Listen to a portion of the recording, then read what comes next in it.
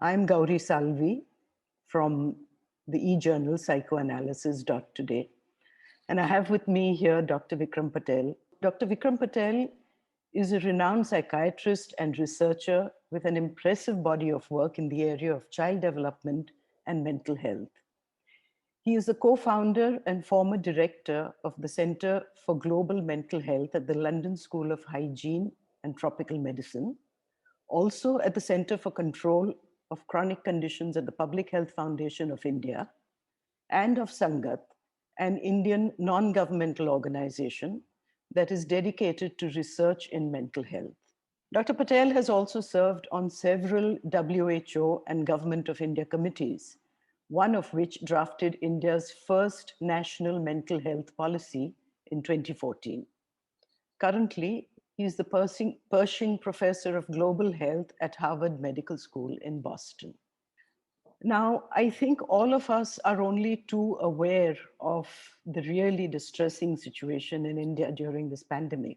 What I'd like to ask you today is some insights in terms of the impact of this whole situation on mental health. Where do we even begin to think of how to go forward in this kind of a crisis situation? Well, Gauri, thank you very much for inviting me to speak with you today. It is a harrowing time, and I think you're absolutely right to first of all describe what is happening in India as an unprecedented humanitarian crisis. In my mind, I think it's the biggest humanitarian crisis not only that India has faced, but I think the world has seen since the Second World War. I don't think ever have 1.4 billion people been exposed to such tremendous fear, uncertainty, insecurity, death, as well as perhaps most importantly, when we think of humanitarian crises, also the sense of the loss of trust, trust in the system that you believed would be there to look after you. And in India, of course, that has been the trust in the government that has almost completely evaporated, as civil societies had to try and make do with whatever resources it has in order to contain this tide of loss, of suffering, and death. So I think when you look at all of these, these emotions, these are exactly the kinds of emotions when put together are a very toxic group of emotions that I would call equivalent to trauma. Yeah. I mean, we often think of trauma in very specific ways, right? In the mental health field, we think of trauma as, let's say, an event of violence or a period of abuse or a war. But what Right. I really think is that what all these events have in common with the current crisis in India is all the different emotions I described earlier, extreme fear, insecurity, loss of trust, and so on. Hmm. And I think in that context, what we are seeing is an entire population that has been traumatized. I would invoke some of the psychoanalytical literature on collective trauma, where an entire group of people have been exposed to the same threatening event, and how it therefore leads to a rise in stress-related phenomena, anxiety, worrying a lot, not being able to sleep, irritability, the whole gamut Mm. in the entire population. Yeah. And as the whole prevalence of these distressing symptoms rises in the whole population, you would also expect that the proportion of people who will develop clinically significant mental health problems in the mood, anxiety, and trauma spectrum Yeah. will also increase. It was making me think of what's going to happen to the children who are going through this. Not just the orphans, but I think children who, for over a year, have been just stuck at home. What happens to socialization?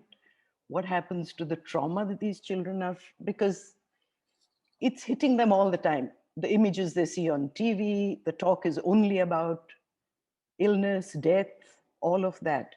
So that was one group, and the other group that I was really wondering about is actually the medical professionals. In the case of children, Gauri, one of the things that has really upset me greatly is how we have not really thought about children at all in the last 18 months. Mm. And not only have we not thought about children, but also our class biases have not recognized that the idea of digital learning is something that is so utterly class divided. Yeah. In a country like India, we have estimates now that more than 80% of children do not have access to their own device or the internet or both in their homes. It is such an upper class idea that we could have moved schooling to Zoom, and it reflects of I actually think what the pandemic has done in India, and I think in many countries, but since we're talking about India, it's brought out into the open the very deep class divides that already existed, the disparities that already existed, and the way we've thrown the majority of our children under the bus in the Yeah. last year is a reflection of that. Think about Goa, the place where you and I both live. We have casinos that are open, but not schools. Right. And it just reflects to you, really what and how we prioritize children. The other idea that schools, as you rightly pointed out, that they're only places where you go learn subjects is such a nonsense. Schools are so much more than that. More than that. And for so many kids in India, schools are also the only place in the country where they will have their main meal of the day. So anyway, you're right about that. I think you're also right about healthcare workers who are seeing death on a scale that I don't think they've ever seen, death and suffering. But let's be clear, we're not only talking about doctors, we're also talking about a whole army of non-physician health workers who are really the foundation of India's healthcare system. Right. The ashas, for example, Yes. who are India's community health workers, nurses who provide most of the supportive care when people are admitted to intensive care units, etc. So, our health workforce is much more than doctors. We have, again, a class prejudice here. We tend to focus only on physicians, but actually that's only one of the many different kinds of providers who have been heavily affected. I also want to point out another group that we don't fully acknowledge have been very disproportionately affected, and that is people with existing mental health problems. And they've been affected in many ways, not least, of course, the fact that their routine care was disrupted. But also, we now know that it's a comorbidity that increases the risk of getting COVID and dying of it. And it's interesting when you think of this whole conversation of comorbidities, you never see mental illness in that list. It's always heart disease, diabetes, cancer, and the rest, never mental illness. And it just amazes me that even though we know that mental illness is a comorbidity, we know it from empirical data. Yeah. We still don't prioritize individuals with mental illness to get the vaccine. Now, you asked me the question, how do you heal? In my mind, we have to separate out the acute ongoing crisis from what lies ahead. In the acute ongoing crisis, if I had to borrow from what we know works in any humanitarian context, it is attending to the basic needs of people. Not to medicalize this, for sure, not to pathologize it, and to recognize that this rise in trauma-related distress is a normative response of the human mind to an extraordinary threat. So attending to basic needs like shelter, food, which is really important for most people in India right now, but also security, a sense of trust and safety, connections with the community, creating local civil society groups. And we really should be thankful that in many states in India, there has been some remarkable leadership shown by local governments, by district collectors. So, looking at local action as a way, rather than getting consumed by what is happening nationally, looking locally and making sure that everyone in our community is supported for their basic needs. I think that would be the single most important investment we can make in healing.